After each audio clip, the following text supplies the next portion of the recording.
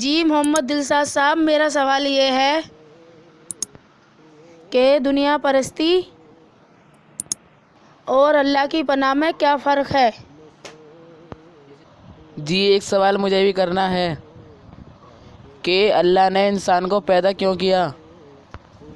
بہت اچھا سوال کیا ہے کہ دنیا پرستش اور اللہ تعالیٰ ایشور کی شرن میں پناہ میں کیا فرق ہے۔ دیکھیے، سب سے پہلے ہم یہ سمجھ لیں کہ انسان کے سچے بنانے والے مالک نے انسان کو دنیا میں بھیج کر اس کا ٹیسٹ لیا ہے، امتحان لیا ہے، پریکچھا لی ہے۔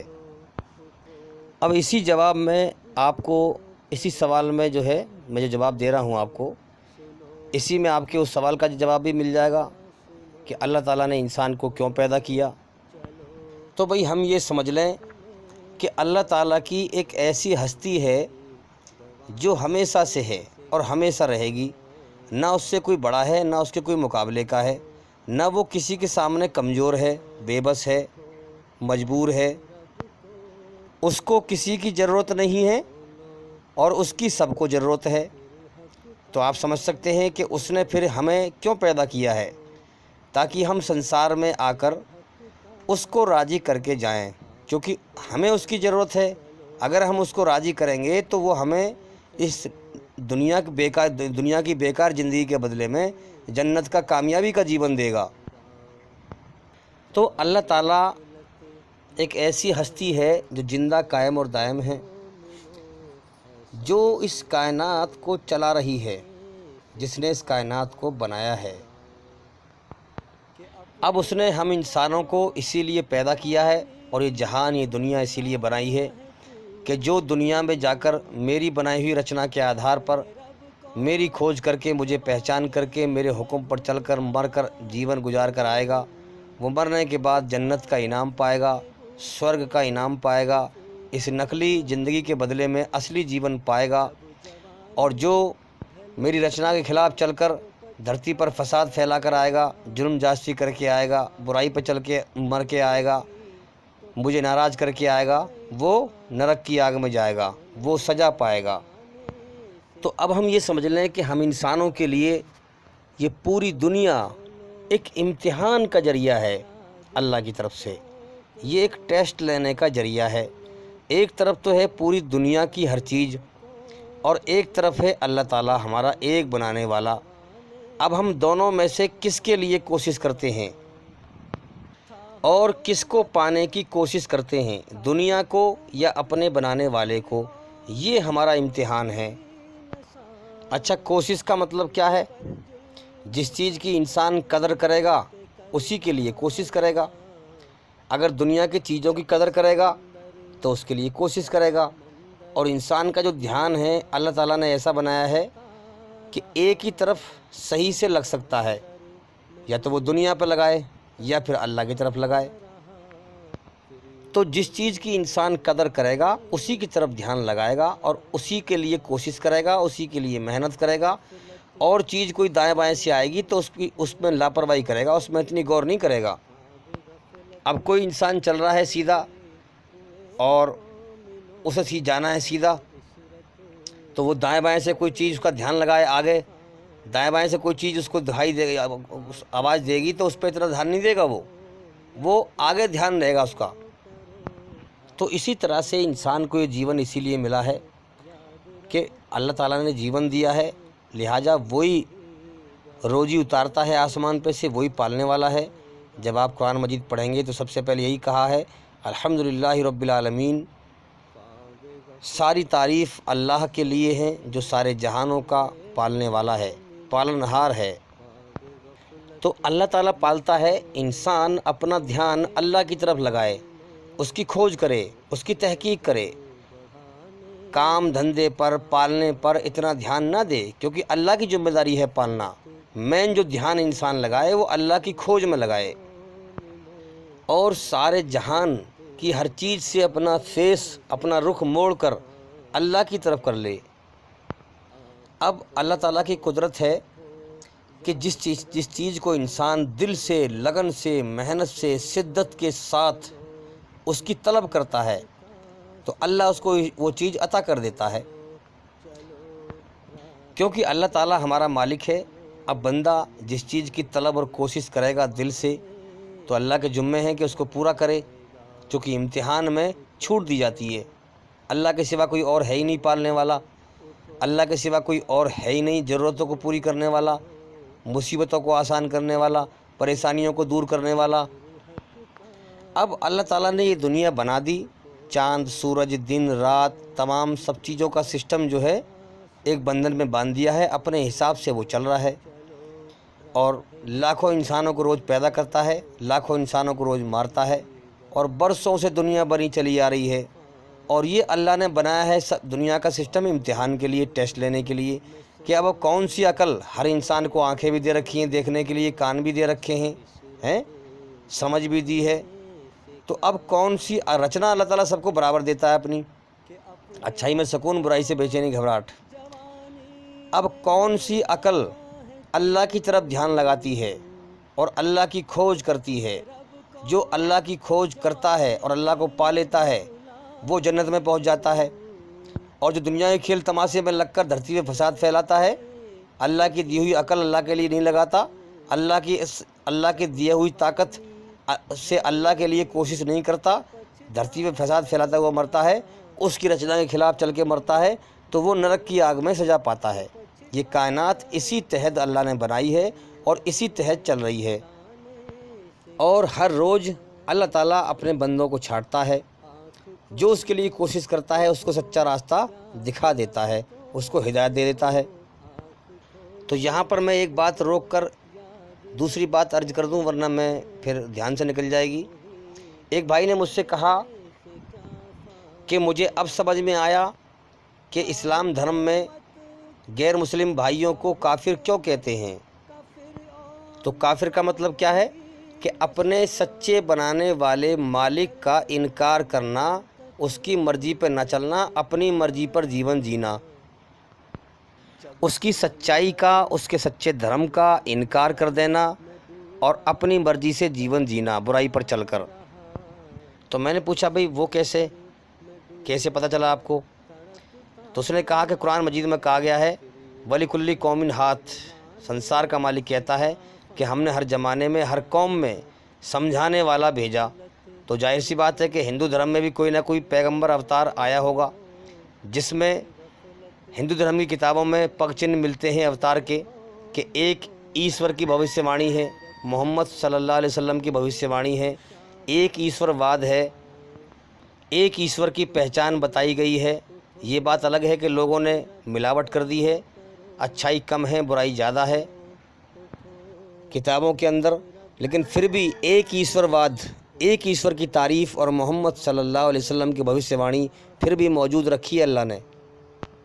تاکہ جن کو سچائی کی تلاش ہے وہ پہچان لیں۔ تو اس بھائی نے مجھ سے کہا کہ ان کی کتابوں میں بھی لکھا ہوا ہے کہ ایک ایشور ہے، وہ نراکار ہے، اس کا کوئی روپ آکار نہیں ہے، پھر بھی جو ہے لوگ بچوں کی طرح اپنے ہاتھ سے پتھر کی مورتیاں بنا کر کے اس کے سامنے سر جھکاتے ہیں، اور جب کہ وید منع کر رہی ہیں سنسار کی چیزوں کی پوجا کرنے کے لیے، سنسار کے بنانے والے کی پوجا کا آدیش دیتی ہیں وید، جو کتابیں ہیں ہندو دھرم کے اندر، لیکن پھر بھی بچوں کی طرح نادانی میں اپنے ہاتھ سے مورتیاں بنا کر کے ان کے آگے سر جھکا رہے ہیں۔ اسلام دھرم کو دیکھ رہے ہیں کہ مسجد میں کوئی مورتی نہیں ہوتی، اور ایشوری رچنا کے آدھار پر ہے اسلام، عورتوں کا پردہ کرنا، عورتوں کو جو ہے شرم حیا سے رہنا، اور انسان کو جو ہے انسانیت کے طریقے پر جینا سکھاتا ہے اسلام، سب دیکھ رہے ہیں، لیکن جان بوجھ کر پھر بھی انکار کرتے ہیں اپنے سچے بنانے والے مالک کا اور اس کے قانون کا۔ تو اسی لیے اسلام میں ان کو کافر کہا گیا ہے۔ کافر کا مطلب ہے سچائی کا انکار کر دینے والا،